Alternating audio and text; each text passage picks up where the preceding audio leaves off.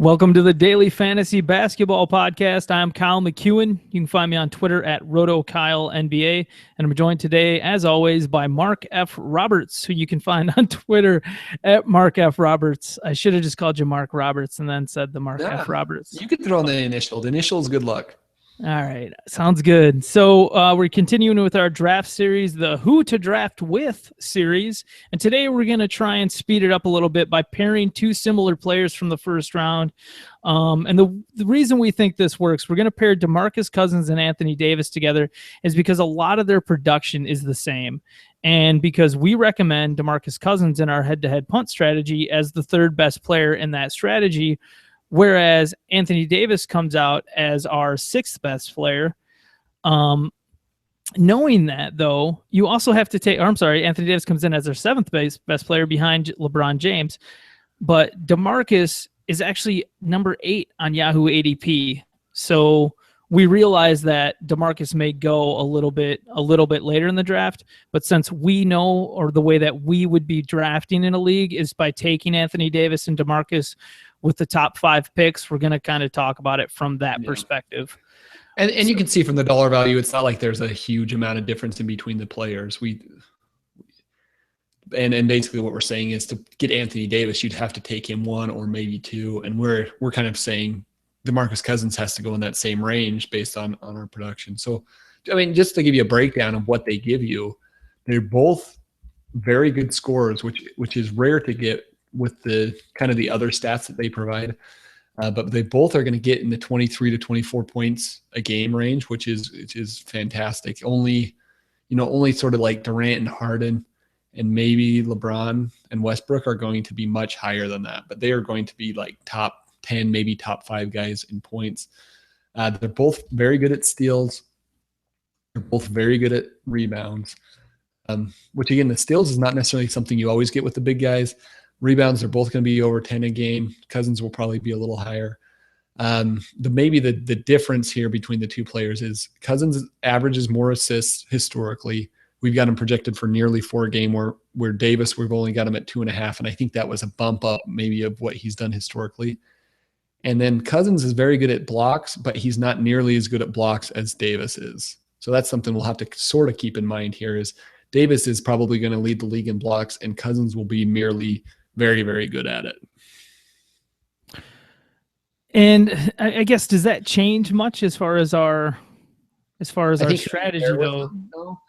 I think like we'll talk about it when we get down there. I think you would be more likely, like if you wanted to put Draymond Green with one of these players, you would put him with Cousins. Then you probably wouldn't feel the need to put somebody who was decent at blocks with Anthony Davis, just because he's going to almost cover your whole team there. See, but then you could also make an argument that, well, if Anthony Davis is projected to score more this season, potentially then DeMarcus Cousins, because Sugar Plums, now I'm bringing up a different argument. Because I would think that Anthony Davis's scoring ceiling this season is potentially higher than DeMarcus Cousins. So I would look at taking Draymond Green in the second round might be a great pairing with Anthony Davis, because then you can avoid blocks for several rounds if you wanted to. And I guess I'm saying you can do that anyway with just having Davis. That's a great point. No, but I see what you're saying, because Anthony Davis is basically like the new transcendent player in the NBA. I think don't sleep on Cousins, man. He can score in bunches. Like, I think that their scoring average will be very similar by the end of the season. I would expect it to be less than a point per game apart from each other. The only reason I think, when I look at these teams, Rudy Gay is going to get about 20 points a game. I'm not sure there's a 20 point per game scorer that's going to be on the Pelicans. I'm not saying that there's guys who haven't shown the ability to do that before in the past. Tyreek Evans has shown that. Eric Gordon shown that. I would say Drew Holiday would have that ability if he chose to be more aggressive and less of a distributor, and if he was actually healthy. And so I look at Anthony Davis and I say, stepping into a new fast-paced system with a new coach, you just don't know exactly how much more he's going to be leaned on this season, whether it's through points, whether it's through assists. I mean, this isn't even where our conversation was supposed to go, so I apologize. No. Well, let's just talk quickly about what they're not good at, right? Like they're really good in a lot of areas. And like we said, maybe even for big guys, you wouldn't expect to get the steals that you're getting out of them. But the places that you're a little bit deficient at is particularly for Davis, you're going to be deficient in assists. Cousins might be more in that 4 to 5 assists range. And I'm particularly hopeful with Coach George Karl there that he can maybe get more assists. I think he called Cousins his best passer. But in any case, it's not sort of the like 7 to 7.5 assists that you're getting from Curry or Harden, or like the 9.5 to 10 that you're getting from Wall and Chris Paul. So you're going to be behind in assists with either player, and you're going to definitely be behind in 3-pointers. Those are going to be areas that you're going to want to try to make up for, or at least be aware of in the next few rounds. So knowing that, who would you then target in the second round if you're looking to fill that 3-point hole, if you're looking to fill that assist hole? And let's just say, for the sake of argument, that we've taken these guys with the first or second pick and Paul George isn't there, because again, I think our answer is going to quickly be take Paul George if he's there in the second round, because we do have him so high. We think of him very highly. Like, I think both of us would say Paul George is 11th in our rankings, but we could see him finishing 6th pretty easily. Absolutely. So if you can get that sort of value in the second round, great, go for it. Like I said, I feel pretty good about, like, I would not mind pairing Cousins and his high scoring with Draymond Green. Then I feel like you're not that hurt in assists, because they both are pretty good at assists. They're good both at steals. They're both good at blocks. The points are going to kind of average out. The rebounds are going to be okay. And Draymond Green's going to give you some 3-pointers. So that's probably who I would go with for Cousins. With Anthony Davis, I think I'm exclusively looking for more wing guy stats. So like if Paul George isn't there, I think I'd be looking between Bledsoe and Gordon Hayward, and I would probably go with Bledsoe just solely due to the fact that he's probably going to get more assists than Gordon Hayward. It might not be more than 1.5 or 2 per game difference, but I think that difference is enough that I feel like I need to take those to try to make up for Davis's assist deficiency. And I'm going to kind of harp back to things we've talked about in the past. With a lot of these head-to-head drafts right now, you can get some pretty darn good, if not elite, assist guys later in your drafts. So I'm still going to feel comfortable taking in my second and third pick, especially following it up with knowing that I've got a decent blocks guy or a great blocks guy in Anthony Davis or DeMarcus Cousins. I'm going to feel very comfortable here taking a Paul George, being okay taking a Draymond Green, but I'm probably going to go with my pairing of Gordon Hayward and Victor Oladipo here as two guys who I think are going to be 20-point scorers. They're both going to help you out across the board in most categories.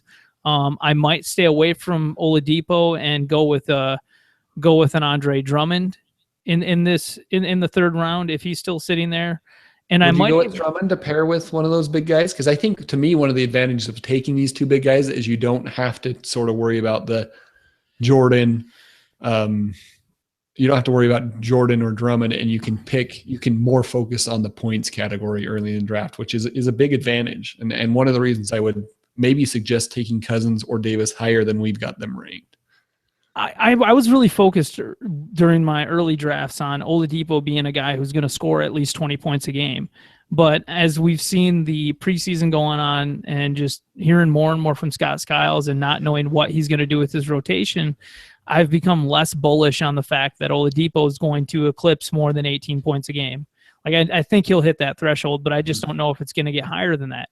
So not being able to count on that, I look at Andre Drummond being, if they're going to be the same points per game kind of scorer, why not take another center eligible player who can get me blocks, potentially elite blocks, get me elite rebounds, and I'm going to get him now. And then I'm going to worry about getting my assists and some of my steals a little bit later. Because if you have Davis, there's no real reason to take Drummond, is there? I think it's more of like you're insulating yourself. You're just piling on because you know that you can get elite stuff later.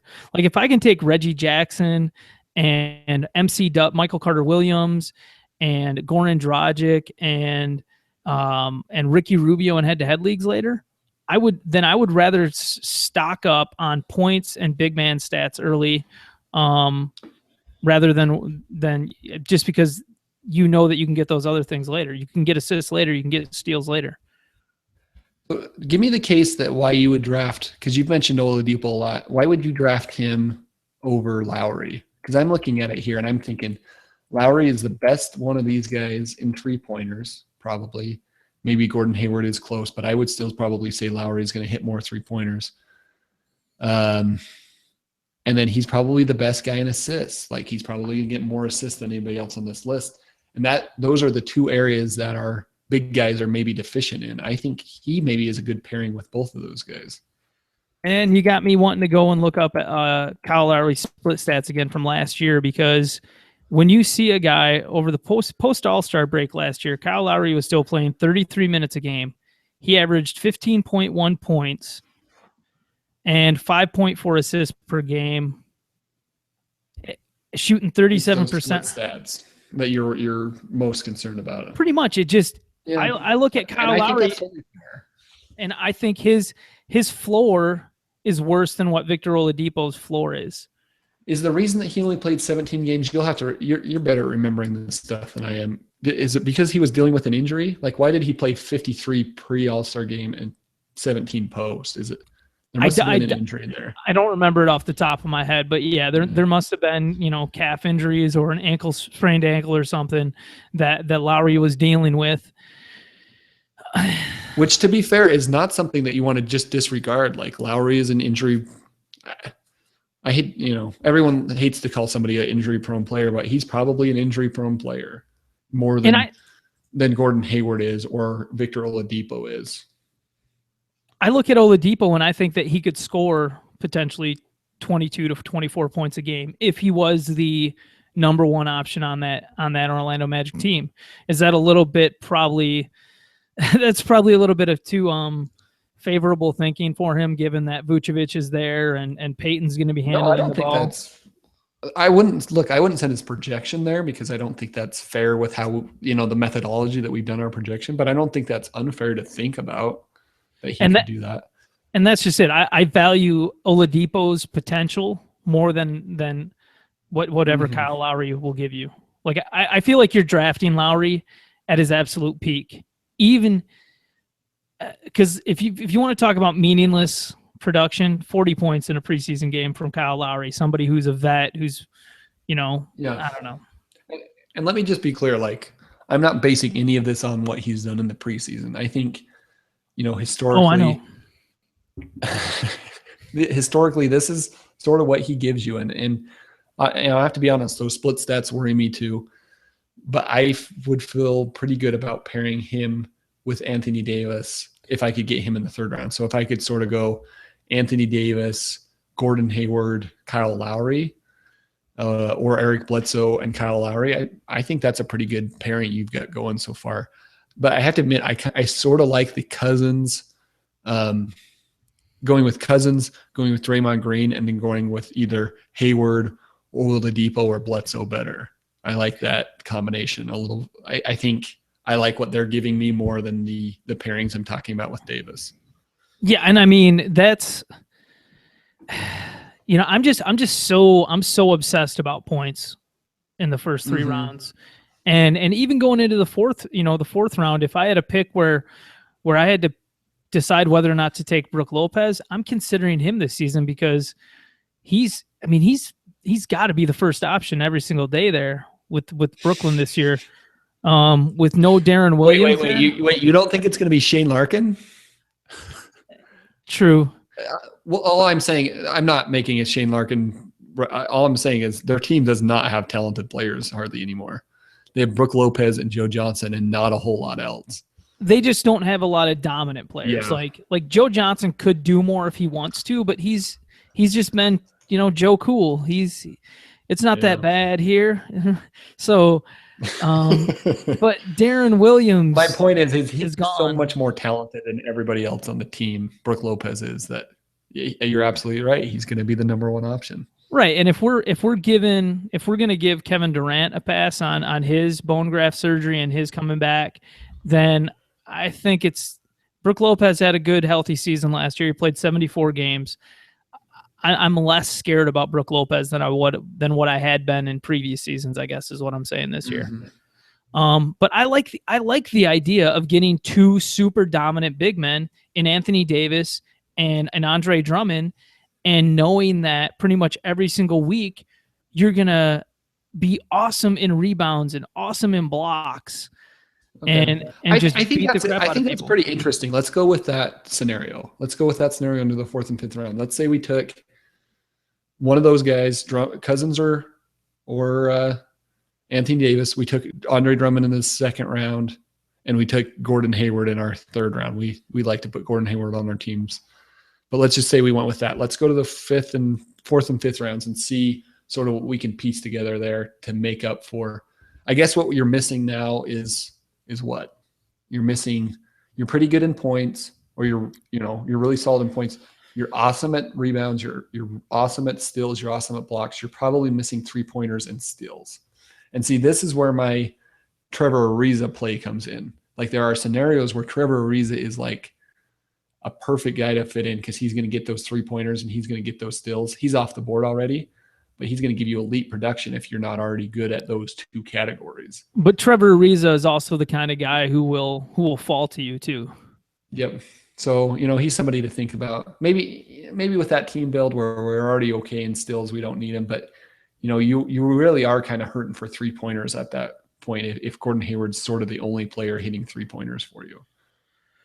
No, you are. But here's the one thing about 3-pointers that throughout the draft, throughout a lot of my drafts, it's not often that I focus in on 3-point guys who get you 3-pointers, because I always feel like there's some kind of elite guy who hits 3-pointers who's going to be sitting on the waiver wire pretty much in any league at the end of the season. So when you're setting up you're going through and you're trying to figure out, okay, I need some more 3-pointers this week. Well, I'll go pick up one guy off the waiver wire and just throw him in and stream him for the week because he's got 4 games. Yeah, so, and it can be unconventional a little bit. Like Marcus Smart is going to be one of the best players probably this season at 3-pointers. And you don't think of him as a good shooter, but he just shoots enough that he's going to have a lot of value in that category. So you can get it in some different places, that's for sure. And I love that you brought up Trevor Ariza as a great 3-pointers and steals guy that you can get at this time of the draft, because even though his ADP is 44, he's the kind of guy who he'll drop in certain drafts. Yes. People will just be like, what? Trevor Ariza? Doesn't that dude score like 12 points a game? Why would I draft him? So he might fall to you. But now the other guy that I think is going to be great here, if we're saying we need 3-pointers, we need assists, I think this is where your Reggie Jackson play comes in, right? Like, that's what he's going to presumably be really good at, and he's also going to get you those points that you're still looking for in the 4th round. Right. The expectation is that Reggie Jackson's going to be a great assist guy for you. He only averaged like 1 3-pointer a game, 1 3-pointer made per game last year with the Pistons. And there's concern there that he won't hit enough 3-pointers to really make people happy. But he also reportedly worked on it a lot this offseason. So hopefully he's better on that. We'll see. Brandon Knight is a guy that I think is viable here because of, he can get assists, so that will be helpful. He's also a very good 3-point shooter. We project him at about 2 a game, so he's a name we haven't brought up yet, but I think could pair nicely with the sort of the assists and the 3-pointers that you're looking for. Of course, you could go with Rubio and get the elite assists, but not get the 3-pointers. And people are, the fact that Rubio is still sitting out with now a minor hamstring issue, and hasn't gotten into preseason action, that's going to scare people off from Rubio a little bit. So I'm okay fading him. Like, I don't think you even have to invest a 4th or 5th round pick in Rubio. You maybe can pair him at the 6th or 7th round. So here, you're looking at guys like you were talking about Brandon Knight. Kemba Walker's a good pick here. Goran Dragic, of course. Walker's another guy that you think of as like a poor shooter, and he is a poor shooter, but he's going to chuck enough that he's going to get the 3-pointers that you're looking for. And despite being a small guy, Kemba Walker actually has contributed pretty decently in blocks. over his career too. We got him at 0.4 per game. He's good at rebounds for his size, that's for sure. I'd pick Brandon Knight over him probably every time, but they are right by each other in our rankings. Who else? Who else would be a solid guy to pair with him? Danny Green is kind of on that list. I don't think I would pick him because then you're really going to be behind in assists, even though he's going to kind of make up for 3-pointers all by himself. I would be so in the second half of last season. And I get it. The second half stats going by this is not like gospel or anything, but it can sometimes show a person's potential. And do you know, is Milwaukee a high steals team? Yeah, actually, I don't know if you're setting me up here or not, but no. Jason Kidd has like a historical, like it's statistically significant that when he takes over a player, their steals go up. It's almost across the board, and it's pretty dramatic that whenever a player plays in his defensive scheme, they get more steals than they used to. Because, Mark, we've talked about Greg Monroe a little bit, and you've often shared that you're not as high on him as I am or as Josh is this year. And I think what Josh and I have been obsessing over a lot is looking at Greg Monroe's second half of the season stats from last year, where in the first half of the season, Greg Monroe averaged only 0.9 steals per game, but in the final 17 games of the season after the All-Star break that he actually played in, he averaged 1.9 steals per game.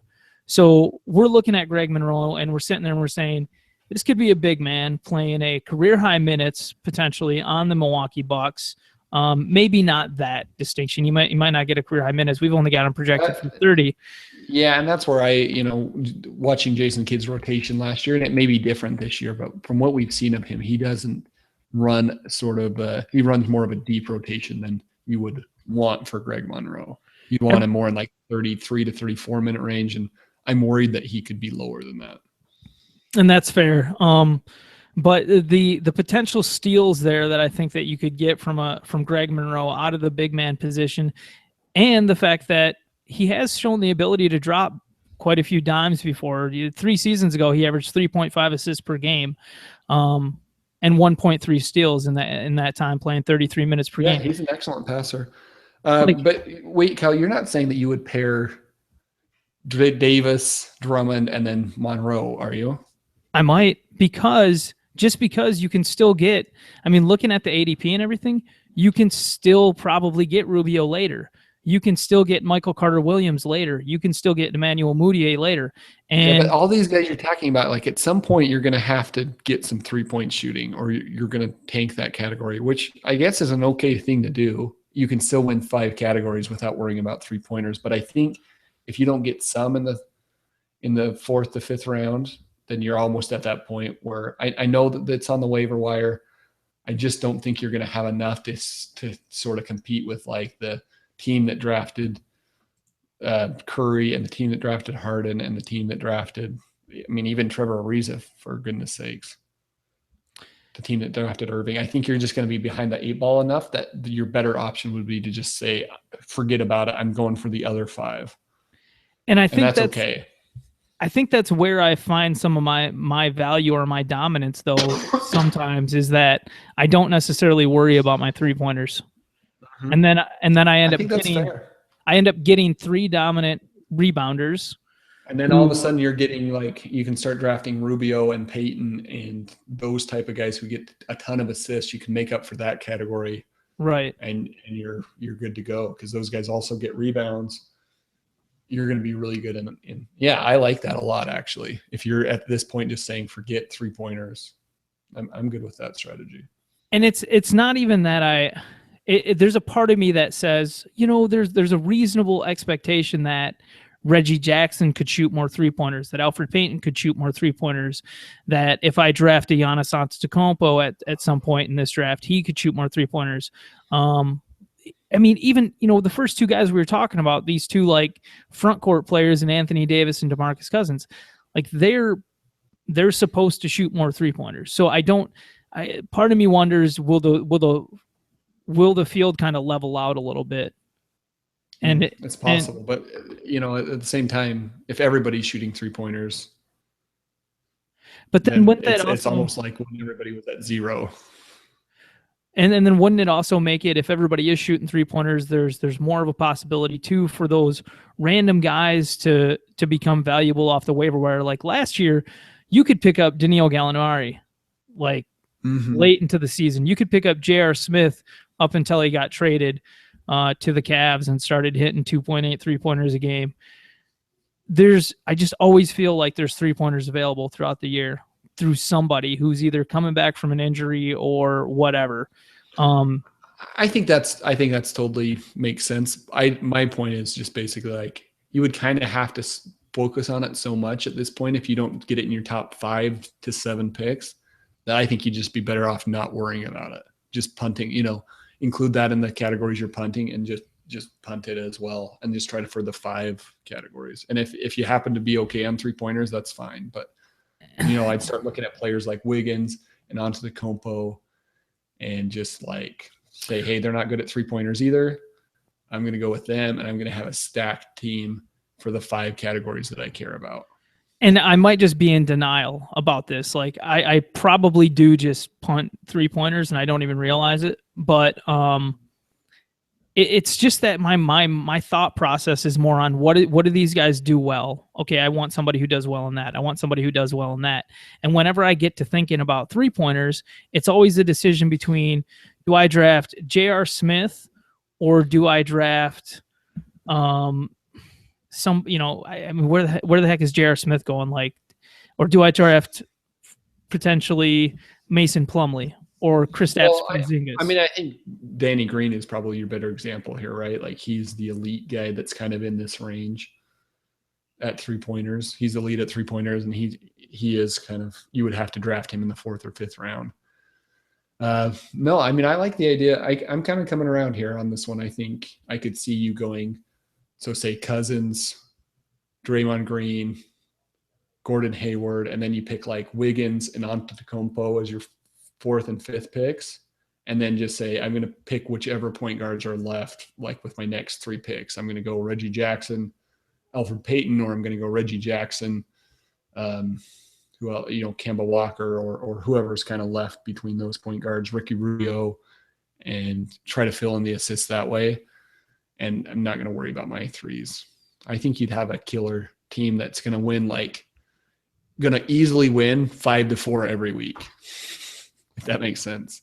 Yeah. So that's kind of the way I think through, and that's kind of the way I build like damn near all of my teams. That's why it's been funny to me. I've been working through trying to come up with like a list of guys. Like, here's the guys that Kyle drafts, and as I'm going through it, I'm like, there's like 20 guys. Like, on a 13-man roster, there's like 20 guys that, and that's all of your teams are the same 20 guys. It's a bit of an exaggeration, but essentially, right. You find the guys that fit the mold of the team that you want to build, and that's what you build for that league. That's why I'm so interested for us to actually, when we finish with all this head-to-head discussion, for us to get into some of the rotisserie league and the auction league stuff, because you can build some really fun teams in those, or just different teams. Yep. All right, Kyle. I think that's cool beans. That's it for the big guys here. All right. Thank you for listening to the Daily Fantasy Basketball Podcast. Again, here, I am Kyle McEwen. You can find me on Twitter at RotoKyleNBA. And this is Mark Roberts. You can find me on Twitter at Mark F. Roberts. Mark is with a C. Once again, our website, the Daily Fantasy Basketball Podcast.com, is free. We've got free rankings on there, free projections for you to check out. People have been using the comments function in the Google Docs and the spreadsheets, and we've been able to interact. Some people have been suggesting some changes that we should make to the projections, and it makes me feel like I love the interaction. Mark and I are not afraid to have people tell us that we're stupid, so please go in there and let us know if you disagree with something, and we'll definitely have a conversation about that. It's been fun for me to be able to respond to I was responding to a bunch of different comments today. And it was fun because it made me kind of re-examine why I thought the way I did about a certain player and stuff like that. So whatever. Once again, please rate and review us on iTunes if you listen to us there. Leave a comment on YouTube if you check us out there. And if you feel like donating on the site, just go to the dailyfantasybasketballpodcast.com and do that there. We love you. Have a great day. Thank you so much, everybody. Bye, guys. Theme song is Promise Ring, or Promise Ring's Happiness is All the Rage. You can find their music on jadetree.com.